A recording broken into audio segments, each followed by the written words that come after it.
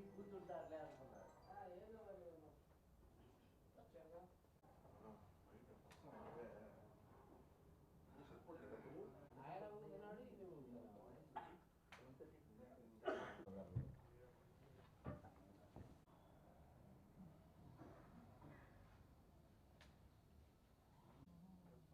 మళ్ళీ అదే అనుకోండి.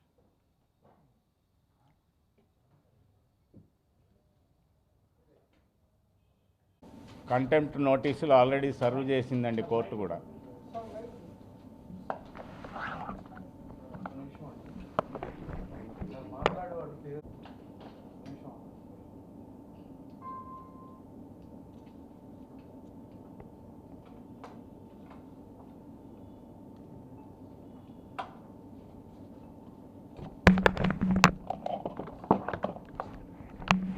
ఒకటి మీద పడకూడదు. సరే, మీరు నా పేరు క్లోజ్ చేస్తాను నేను. సరే మిత్రులారా, ఒక్క నిమిషం సార్, ఇంకొద్దు. ఇంతమంది కవర్ చేస్తున్నారు, local channels cover. Okay okay, ప్రజలకు ఎలా తెలుస్తుంది? బ్రదర్ ఆపండి సార్, ఆగండి సార్, మీరు మీడియా ముందరే. Thank you sorry.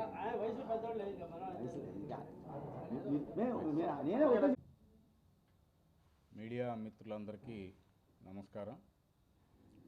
అలాగే గుంటూరు నగర ప్రజలందరికీ కూడా నమస్కారాలు తెలియజేస్తూ, జాయింట్ యాక్షన్ ఫర్ బెటర్ శంకర్లాస్ ఫ్లైఓవర్ ఆధ్వర్యంలో ఈ ప్రెస్ మీట్ ఏర్పాటు చేయడం జరిగింది.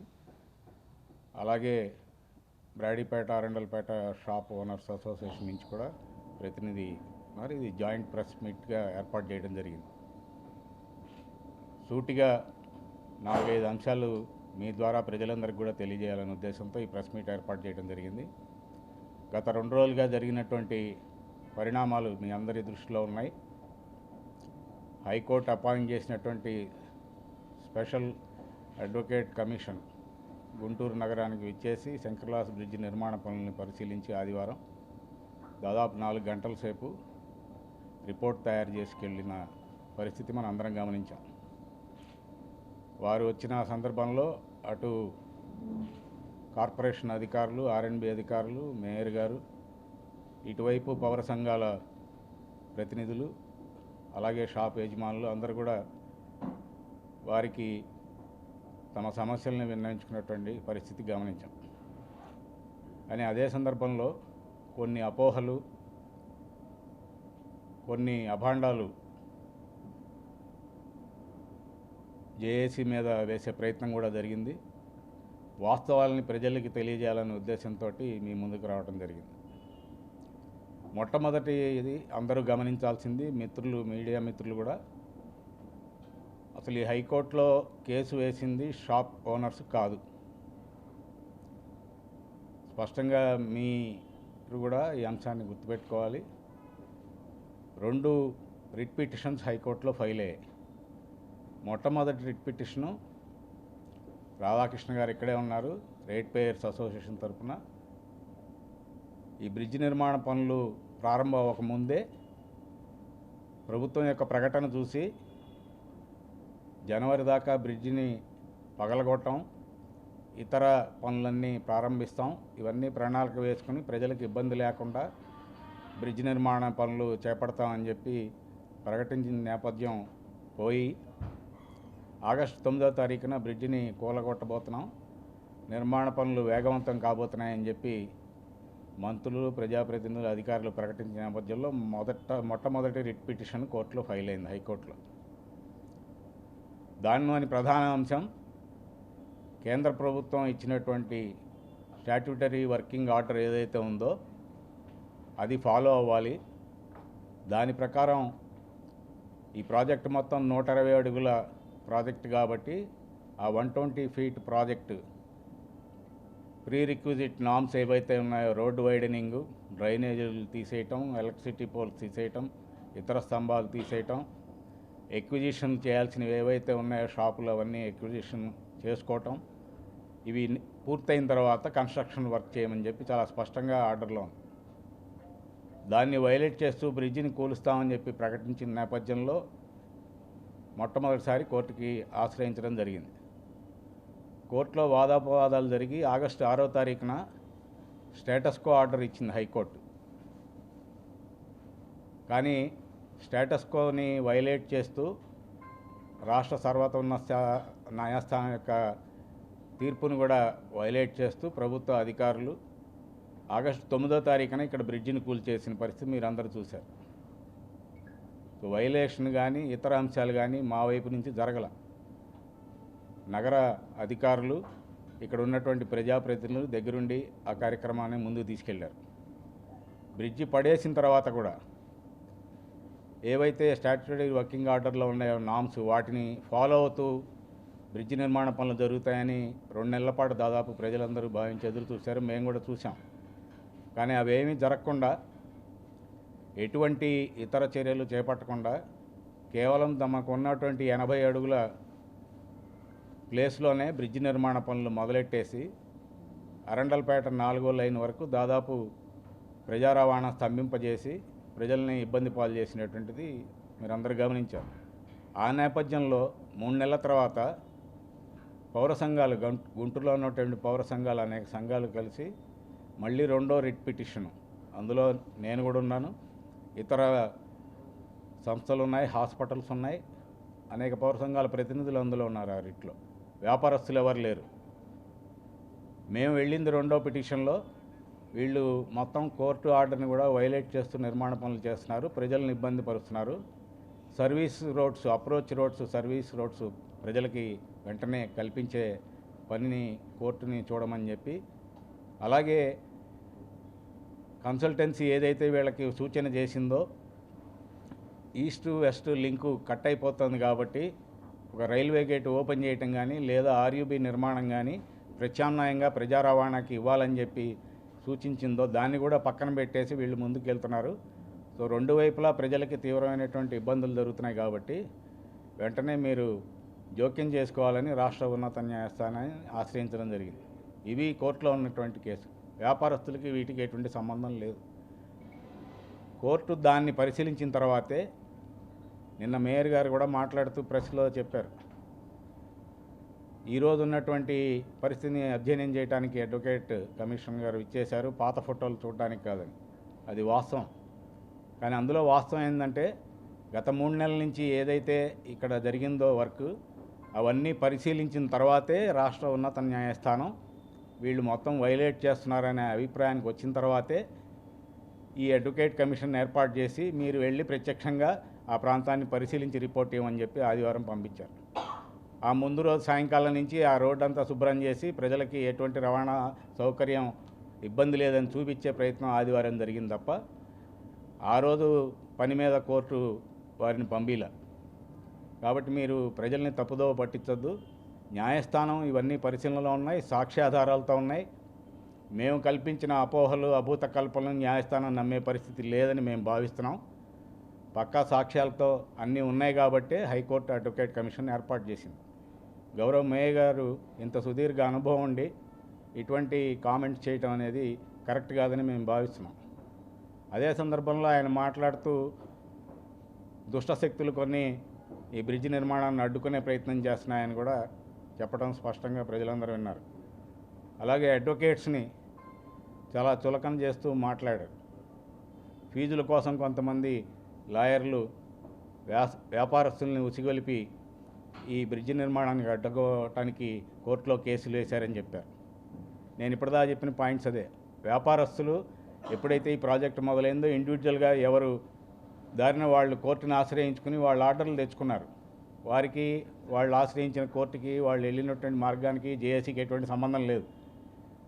రాష్ట్ర ఉన్నత న్యాయస్థానం వాళ్ళందరికీ ఎల్ఏ యాక్ట్ ప్రకారం, ల్యాండ్ ఎక్విజిషన్ యాక్ట్ ప్రకారం కాంపన్సేషన్ పే చేయమని స్పష్టమైన ఆర్డర్లు ఇచ్చేసింది ప్రభుత్వానికి. దానికి జేఏసీకి ఏంటి సంబంధం? లాయర్లు డాక్టర్ల దగ్గరికి క్లయింట్స్ను పేషెంట్లు వెళ్తారు తప్ప లాయర్లు డాక్టర్లు వచ్చి రోడ్డు మీద మా దగ్గరికి రండమ్మన్న ఎవరు అడగరు. వాళ్ళు బాధితులు కాబట్టి వాళ్ళు కోర్టును ఆశ్రయించారు లాయర్ల ద్వారా. ఫీజుల కోసం బ్రిడ్జి నిర్మాణాన్ని ఆపేటువంటి కార్యక్రమం వాళ్ళు చేపట్టాల్సిన అవసరమే ఉంది. అంతేకాదు గౌరవ మేయర్ గారు ఇంకో మాట కూడా అన్నారు. మేము 5 సార్లు షాపులకు వెళ్ళి రిక్వెస్ట్ చేసాము, టీడీఆర్ బాండ్లు తీసుకోండి, ఎక్కువ డబ్బులు ఇస్తున్నామని చెప్పి. మేము ఇవాళ జేఏసీగా ప్రశ్నించదలుచుకున్నాం. మీరు ఆ స్థాయిలో ఉండి, మీరు ఇక్కడే పుట్టి పెరిగిన వాళ్ళు, ప్రజలతో సంబంధాలు ఉన్నవాళ్ళు, ఆ వ్యాపారస్తుల్లో చాలామంది మీ పరిచయస్తులే, స్నేహితులే. మరి వాళ్ళు మీరు ఇచ్చిన దాన్ని ఎందుకు అంగీకరించలేదని మేము అడుగుతున్నాం. అంటే ప్రభుత్వం మీద విశ్వాసం లేక, మీరు ఇచ్చే అమౌంట్ మీద విశ్వాసం లేక, మీరు చేసినటువంటి సర్వేలు వీటి మీద నమ్మకం లేక, ఇవన్నీ వాస్తవాలు ప్రజలకి తెలియాలి. మమ్మల్ని ఎందుకు నమ్ముతారు వాళ్ళు? అధికారంలో ఉంది మీరు. మిమ్మల్ని నమ్మకుండా వాళ్ళు హైకోర్టుకి వెళ్ళారంటే ఇక్కడ ఏదో తప్పు జరిగిందనేది ప్రజలకు స్పష్టంగా తెలుస్తోంది. అందుకే పౌర సంఘాలుగా మా బాధ్యత మేము పోషించాలి. కాబట్టి బ్రిడ్జి దీనివల్ల ఆగిపోయే ప్రమాదం ఉందేమో అనేటువంటి ఆందోళనతోనే మేము హైకోర్టును ఆశ్రయించి ఈ సర్వీస్ రోడ్లు, అప్రోచ్ రోడ్లు ఆర్యూబీ ముందు నిర్మిస్తే ఎటువంటి సమస్య రాదని చెప్పి వెళ్ళాం తప్ప బ్రిడ్జిని ఆపమని కానీ ఇంకో రకమైనటువంటిది మా పిటిషన్లు ఎక్కడా లేదు. కోర్టు కూడా బ్రిడ్జిని ఆపమని చెప్పాల. మొన్న స్టేటస్కో ఎత్తేసారు. ఎత్తేసి మీకు 4 రోజులు సమయం ఇస్తున్నాం, ప్రజలకి అసౌకర్యం కలిగించకుండా నిర్మాణ పనులు చేసుకోండి అని చెప్పి ఆర్డర్ ఇచ్చారు. ఆ 4 రోజులు గమనించిన తర్వాతే వీళ్ళు అదేం ఫాలో అవ్వట్లేదని అర్థమైంది కాబట్టి మళ్ళీ కమిషన్ ఏర్పాటు చేసి పరిశీలన చేయడానికి వచ్చారు. ఇవి వాస్తవాలు. సో దీని ప్రకారం వెళ్ళాలి తప్ప కేవలం రాజకీయ పరంగా వ్యాఖ్యానాలు చేస్తే సరిపోదు. మేము రాజకీయ పార్టీలకు సంబంధించిన వాళ్ళగా, మీరు రాజకీయ పార్టీల వాళ్ళు ఎన్నైనా మాట్లాడుకోండి. కానీ పౌర సంఘాలుగా నగరంలో 60 ఏళ్ళ నుంచి 70 ఏళ్ళ నుంచి అందులో senior citizens, rate payers, tax payers, apartments associations, డాక్టర్లు, ఇంజనీర్లు, లాయర్లు, ఆటో యూనియన్ వాళ్ళు, స్టూడెంట్స్ వాళ్ళు, రకరకాల వాళ్ళు ఉన్నారు. వీళ్ళందరూ దుష్ట శక్తులు ఎలా అవుతారండి? అందుకని ఇటువంటి వ్యాఖ్యలు భవిష్యత్తులో రానివ్వకుండా చూడాలని చెప్పి మేము గౌరవ మేయర్ గారిని కోరుతున్నాం. ఈ చర్చలు సరికాదు. చర్చ అంతా బ్రిడ్జి నిర్మాణం పూర్తయ్యే దాని అంశం మీదే. ఇప్పుడు మాకు భయాందోళనలు వాటి మీదే ఉంది. ఎందుకంటే ఒక ప్రణాళిక లేకుండా మీరు ఎక్కడైనా చూడండి, సిఆర్డీఏ పరిధిలో కానీ, అమరావతి క్యాపిటల్ ఏరియాలో కానీ ఏ ప్రాజెక్ట్ ప్రకటించినా ఈ రోడ్డు వెడల్పుకి, నేషనల్ హైవే వెడల్పుకి, లేదా అమరావతిలో కట్టబోయేటువంటి సిటీకి ఇన్ని వేల ఎకరాలు అవసరం, ఇంత బడ్జెట్ అవసరం, ఆ నిర్మాణానికి ఇంత కోట్లు కావాలి, నిర్వాసితులకి ఇన్ని కోట్లు కావాలి అని మొత్తం ప్రణాళికలు ప్రకటిస్తున్నారు. ఈ బ్రిడ్జి విషయంలో అది ఇంతవరకు జరగలేనిదే మేము జేఏసీగా మొదటి నుంచి అడుగుతోంది. కేవలం 96 కోట్లు వచ్చాయి బ్రిడ్జి కడుతున్నాం అనే తప్ప 190 మంది బాధితులు ఉన్నారు. అందులో సగం గవర్నమెంట్ ల్యాండ్స్ కాబట్టి తీసేసుకున్నారు. ఇంకా 95 మంది ఉన్నారు. ఆ 95 మందిలో 40 మంది దాకా కన్సెంట్ ఇచ్చారు. బాగుంది. మిగతా 50 మంది పరిస్థితి ఏంటి? వాళ్ళు ఇవ్వలేదు కన్సెంట్. వాళ్ళు హైకోర్టును అప్రోచ్ అయ్యారు. ల్యాండ్ ఎక్విజిషన్ యాక్ట్ కింద కాంపన్సేషన్ ఆర్డర్లు తెచ్చుకున్నారు. మీ బాధ్యతే కదా అదంతా, పౌర సంఘాలది కాదు కదా. మేము ఉసిగొప్పాల్సిన అవసరం కూడా లేదు కదా. వ్యాపారస్తులు వాళ్ళ ఆస్తుల్ని కాపాడుకోవడం కోసం కాంపన్సేషన్ చట్ట ప్రకారం హక్కుగా వాళ్ళకి రావాల్సింది అడగటానికి న్యాయస్థానానికి వెళ్ళారు. న్యాయస్థానం ఇచ్చింది. అది దానికి మాకు ఎటువంటి సంబంధం ఉంది? అది మీ ప్లాన్లో లోపం స్పష్టంగా కనిపిస్తుంది. 96 కోట్లు బ్రిడ్జికి అవుతుంది. రోడ్డు వెడల్కి ఎంత ఖర్చు అవుతుంది, కాంపన్సేషన్కి ఎంత అవుతుంది, ఎలక్ట్రిసిటీ పోల్స్ తీయడానికి ఎంత అవుతుంది, అండర్ గ్రౌండ్ వైర్లు, పైప్ లైన్లు తీయడానికి ఎంత అవుతుంది, మీ దగ్గర ఇంతవరకు ఏ స్పష్టత లేదు. మీరు ప్రకటించలేదు ఇంతవరకు. వాటికి నిధులు సమకూర్చుకోవాల్సిన అవసరం ఉంది. కార్పొరేషన్ ఆ నిధులు స్పెండ్ చేయాల్సినటువంటి అవసరం ఉంది. అంటే ఒక్క రూపాయి కూడా ఖర్చు పెట్టకుండా ఆ 90 కోట్లతోటి బ్రిడ్జి కట్టేద్దామని చెప్పి డిసైడ్ అయిపోయారా? అది ఎలా సాధ్యం అవుతుంది? ఇది పోలవరం ప్రాజెక్టు కాదు. 30 ఏళ్ళ నుంచి నిర్వాసితుల్ని పెండింగ్లో పెట్టి డబ్బులు ఇవ్వకుండా నిన్న మొన్న కొంత ఇచ్చిన పరిస్థితి. ఒక నగరం, క్యాపిటల్ నగరానికి రాజధాని, జిల్లా కేంద్రంగా ఉంది. గుంటూరు నగరం నడిబొడ్డున్నటువంటి ఒక బ్రిడ్జి నిర్మాణం, చుట్టూ వైద్యాలయాలు, విద్యాలయాలు, వ్యాపార సంస్థలు, వాణిజ్య కూడళ్ళు ఉన్నటువంటి కేంద్రంలో మీరు ఎటువంటి ప్రణాళికాబద్ధమైనటువంటి చర్యలు లేకుండా, వీటిని తొలగించకుండా బ్రిడ్జిని ఎలా నిర్మిస్తారు? ఇప్పుడు గబగబా పడగొట్టి పిల్లలు కట్టేశారు. ఇక్కడితో అయిపోతుందని మా భయాందోళనలు. ఎందుకంటే ఈ కోర్టులో ఉన్నటువంటి ఇష్యూలు పరిష్కారం అయ్యేంత వరకు ఈ బ్రిడ్జి నిర్మాణం ముందుకు సాగదు. ఇవాళ స్పష్టంగా అది అర్థమైపోతుంది. ఈ భయం మేము 6 నెలల క్రితమే తెలియజేశాం. మీ ప్లాన్లో లోపం ఉంది, మీ ఎక్విజిషన్ పాయింట్స్లో లోపాలు ఉన్నాయి. వాటి మీద సరి చేసుకుని అదనపు నిధులు తీసుకొచ్చి ఆర్యూబీకి వెళ్ళండి. ప్రజలు సౌకర్యవంతంగా ముందుకెళ్తారు. అప్పుడు వ్యాపారస్తులు కూడా ముందుకు వస్తారు. వాటితో కూర్చొని చర్చించండి. దీన్ని చేయాలంటే ఎల్ఏ యాక్ట్ ప్రక్రియ మొదలెట్టాలి. అది అసలు ఇంతవరకు మొదలెట్టలేదు. ల్యాండ్ ఎక్విజిషన్ యాక్ట్ చేయాలంటే కలెక్టర్ గారు నోటీస్ ఇవ్వాలి, రెవెన్యూ వాళ్ళు వచ్చి సర్వే చేయాలి, మున్సిపాలిటీ వాళ్ళు కాదు.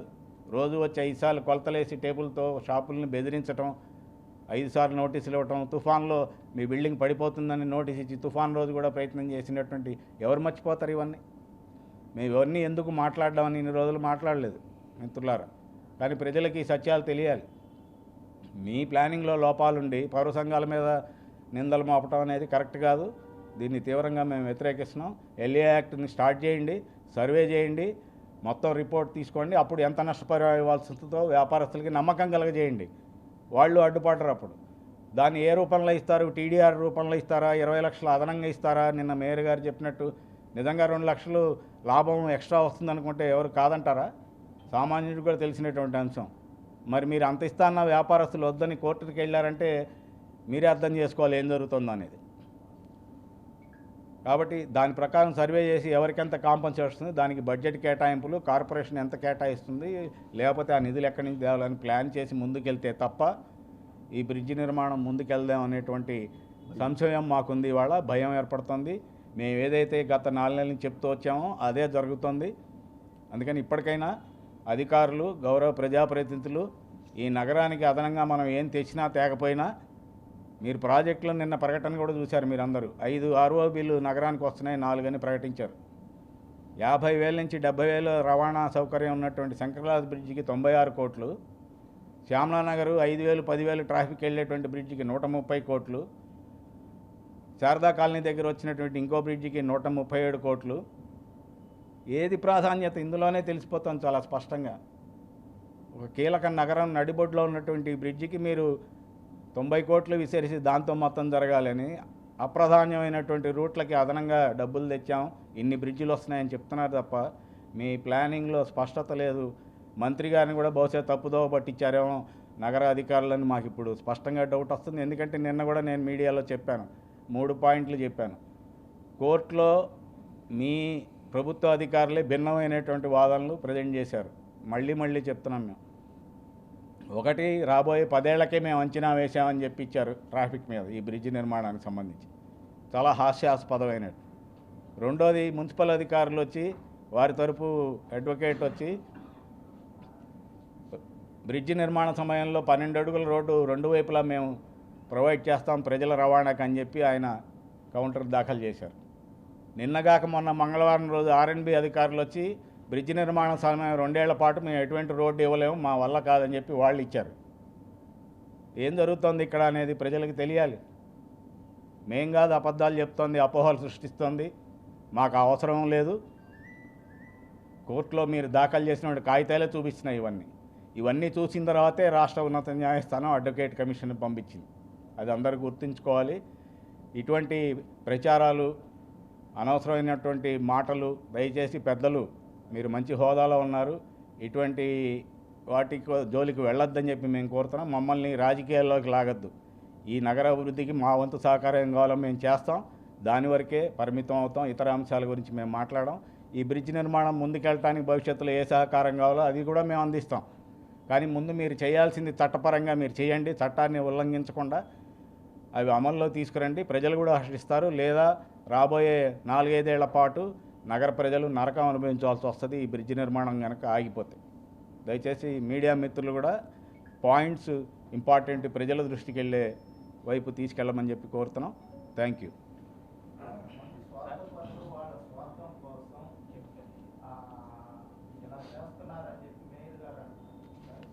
అదేగా సార్ చెప్పింది. ఒకటండి, నా పేరు వల్లూరి సదాశివరావు.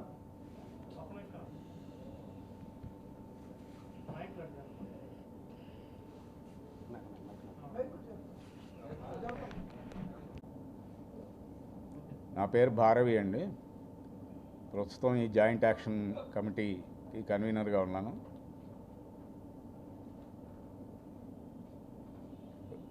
రెండవ పిటిషన్ వేసిన తర్వాత 9వ తారీఖున బ్రిడ్జి పడగొట్టిన తర్వాత మళ్ళీ మేము హైకోర్టుని అప్రోచ్ అయ్యాం. హైకోర్టులో ఇప్పటికి 3 నెలల నుంచి ఆగస్టు 9 తర్వాత 18వ తారీఖు ఆగస్టు 18 నుంచి దాదాపు 7-8 సిట్టింగ్స్ జరిగే ఆర్గ్యుమెంట్స్. మా తరపు అడ్వకేట్స్, అటు ప్రభుత్వం వైపు అడ్వకేట్స్ మేము ప్రజలకు ఎటువంటి ఇబ్బంది కలిగించకుండా ఈ బ్రిడ్జి నిర్మాణాన్ని ముందు తీసుకెళ్తామని చెప్పి అటు మున్సిపల్ అధికారులు, ఆర్ఎండ్బి అధికారులు ఆ రోజు నుంచి ఈ రోజు వరకు హైకోర్టులో వాదిస్తూనే ఉన్నారు. కానీ ఈ మధ్యకాలంలో జరిగినటువంటి పరిణామాలు దానికి భిన్నంగా ఉండి ఏ రోజుకి ఆ రోజు రిపోర్ట్స్ కింద నుంచి కూడా హైకోర్టుకి వెళ్ళటం వలన వీరు చెప్తుంది ఒకటి, కింద స్థాయిలో చేస్తుంది ఒకటి అని హైకోర్టు వాళ్ళని మందలించి కౌంటర్ ఎఫిడవిట్ వేయమని చెప్పి మొన్న మంగళవారం కూడా మున్సిపల్ అథారిటీస్ని కోరటం జరిగింది. కానీ వాళ్ళు రాలేదు. ఆర్ఎండ్బి వాళ్ళు వచ్చారు. గత ట్యూస్డే జరిగినటువంటి ఆర్గ్యుమెంట్స్ వాళ్ళు వచ్చి మేము ఈ రోడ్డు ఇవ్వలేము సార్, చాలా కష్టం, నిర్మాణ సమయంలో మా సామాగ్రి మొత్తం అక్కడే ఉండాలి, తిరగాలి, ప్రజల రవాణాకి మీకు ఎటువంటి భరోసా మేము మటుకు ఇవ్వలేమని చెప్పి ఇచ్చేశారు. ఇది అక్కడ ఉన్నటువంటి పరిస్థితి. ఇప్పటికే మాకు తెలిసి టౌన్ ప్లానింగ్ డిపార్ట్మెంట్కి, కమిషనర్ గారికి, ఇంకొంతమంది అధికారులకి కంటెంప్ట్ నోటీసులు వెళ్ళాయి. రానున్న కాలంలో అది ఏం జరుగుతుందో వేచి చూడాలి. మా అంతటగా మేమైతే ఎటువంటి నోటీసులు మా వైపు నుంచి మేము చేయలేదు. కోర్టే ఈ జరిగిన పరిణామాలు చూసి అవి పంపించడం జరిగింది. వ్యాపారస్తుల్లో మాకు వచ్చినటువంటి సమాచారం 2-3 కంటెంప్ట్ నోటీసు ప్రభుత్వానికి ఇచ్చే ప్రయత్నంలో ఉన్నారు. ఎందుకంటే మొన్న తుఫాన్ టైంలో వాళ్ళని బెదిరించడం, ఆ వ్యాపారస్తులకి ఇప్పటికే హైకోర్టు నుంచి ల్యాండ్ ఎక్విజిషన్ కింద కంప్లీట్ అమౌంట్ ఇచ్చానే మీ గడప ముట్టుకోవడానికి హక్కు ఉందని చెప్పి తీర్పు ఇచ్చిన అదే వ్యాపారిని 5-6 సార్లు వెళ్ళి బెదిరించి టీడీఆర్ బాండ్లు తీసుకోమని చెప్పి ఒత్తిడి తీసుకొస్తే ఆయన భయపడి మళ్ళీ దాని మీద కంటెంప్ట్ నోటీసు హైకోర్టు వేయటం జరిగింది. అదేం జరుగుతుందో వేచి చూడాలి. అది వాళ్ళకి మధ్య జరుగుతున్నటువంటి అంశం. సో ఇవన్నీ వైలేషన్స్ కాబట్టే మేము ఇవి ఎటు దారి తీస్తాయని చెప్పి నిన్న వచ్చినప్పుడు కూడా కమిషన్ పరిధి నిన్న అబ్జర్వ్ చేసి రిపోర్ట్ ఇవ్వటమే కాబట్టి ఈ అంశాలు ఆయన పరిధిలోకి రావు. ఆయన వాస్తవ పరిస్థితులను 2 వైపులా చూశారు. ఏసీ కాలేజ్ వైపు కూడా, హాస్పిటల్ వైపు మొత్తం గేటు మూసేసి అటు రహదారిని కూడా క్లోజ్ చేసింది నోట్ చేసుకున్నారు. కోర్టుకి రిపోర్ట్ చేస్తారు. తర్వాత ఏం జరుగుతుందో వేచి చూడాలి.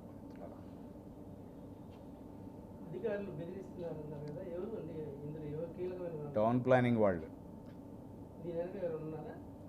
అది మాకు తెలియదు సార్. టౌన్ ప్లానింగ్ వాళ్ళు పదే కోర్టు ఆర్డర్లు ఉన్న వాళ్ళ దగ్గర కూడా వెళ్ళి బెదిరించిన. మేయర్ గారు వచ్చారు కానీ వారితో పాటు మేయర్ గారు మంచిగానే మాట్లాడారని వాళ్ళు చెప్పారు మాకున్న సమాచారం ప్రకారం. బట్ అధికారులు మటుకు వాళ్ళ స్థాయిని మర్చిపోయి కోర్టు ఆర్డర్లను కూడా పట్టించుకోకుండా ఇవేం చేయలేవు, మమ్మల్ని మీరు రేపటికల్లా ఖాళీ చేయాలని చాలాసార్లు ఒత్తిడి తీసుకొచ్చిన నేపథ్యంలోనే ఈ పరిణామాలన్నీ జరిగాయి. నిన్న కమిషన్ దృష్టి కూడా వారు వెళ్ళబుచ్చుకుంది అదే, ఆ షాపులో యజమాని.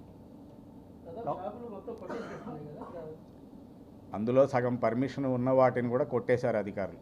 వాళ్ళ గట్లు ప్రజలు పైకి ఎక్కడానికి లేకుండా చాలా షాపుల్లో వాళ్ళకున్న మెట్లు ఏవైతే ఉన్నాయో అవి కూడా అనాథరైజ్డ్ బ్రేకింగ్ అయిపోయింది. ఇవన్నీ చాలా అంశాలు ఉన్నాయి. వెళ్ళాలంటే ఇవి బ్లాక్స్ అవుతాయనే ఇప్పుడు మేము అనివార్యంగా కలవాల్సి వచ్చింది. వ్యాపారస్తులు మా దగ్గరికి వస్తున్నారు, మేము వాళ్ళతో కూడా సంప్రదిస్తున్నాం. గతంలో వాళ్ళు ఇండివిజువల్గా వేసిన కేసులకి జేఏసీకి సంబంధం లేదు. మా పోరాటం సెపరేట్ పాయింట్స్ మీద జరిగింది. వెనకాల పెట్టాము. ఇప్పటికీ అదే డిమాండ్ నిన్న చెప్పాం. నిన్న షాపులో ఎక్కువ మంది చెప్పడం ఏంటంటే టౌన్ ప్లానింగ్ రహిమాన్ గారి మీద చెప్పారు ఓపెన్గా, ఈయనే వచ్చి బెదిరిస్తున్నాడని. వ్యక్తులు మనకేముంది, నిన్న రిపోర్ట్లో నిన్న పబ్లిక్లో చెప్పినటువంటి మాట కమిషనర్ గారి ముందు. Conclude the press meet. ఒక పాయింట్ ఇందాక వ్యాలిడ్ పాయింట్, మీరు షాపుల దగ్గరికి పేమెంట్ ఆఫర్ చేశారు, రిజెక్ట్ చేశారు. ఎల్ఏ యాక్ట్లో ఒక క్లాజ్ ఉంది సార్, మీరు అందరూ మళ్ళీ నేను రిమైండ్ చేస్తున్నాను గుర్తు చేయడం. ఇప్పుడు 46 మంది ఎవరైతే కాంపన్సేషన్ కోర్టుకి వెళ్ళారో ఒక షాప్కి ఇచ్చి అక్కడ ఒక వర్క్ చేసి రెండో షాప్కి ఇచ్చి అక్కడ వర్క్ చేయడానికి ఉండదండి చట్ట ప్రకారం. మొత్తం 46 మందిది సెటిల్ చేసిన తర్వాతే వర్క్ స్టార్ట్ చేసుకోవాలి. అక్కడ కూడా తేడా ఉంది. మొన్న జరిగిన దాంట్లో కేవలం పిల్లర్ వేస్తున్నారని ఆ పిల్లర్ వచ్చే స్థానంలో ఉన్నటువంటి షాప్ దగ్గరికి వెళ్ళి కాంపెన్సేషన్ ఆఫర్ చేయడం టీడీఆర్ బాండ్స్ రూపంలో జరిగింది. అలా వర్తించదు చట్ట ప్రకారం. ఎవరైతే ఉన్నారో ఆ రోడ్డు విస్తరణలో వాళ్ళందరిది ఒకేసారి కంప్లీట్ చేసుకుంటేనే విస్తరణకి వెళ్ళగలుగుతారు. మేము ఇందాక భయం అనేది ఆ మాట కోసం, ఆపటం కోసం కాదు. అదే. పర్లేదు తప్పుగా అనుకోవద్దండి విషయం ప్లీజ్ చెప్పిన బాబా, మీరు ఊరుకోండి సార్. కావాల్సింది వెయిట్ అరే, చేయండి. అర్థం చేసుకోండి సార్. అంత మించి వెళ్ళదు సార్. విషయాన్ని అర్థం చేసుకోండి. మీరు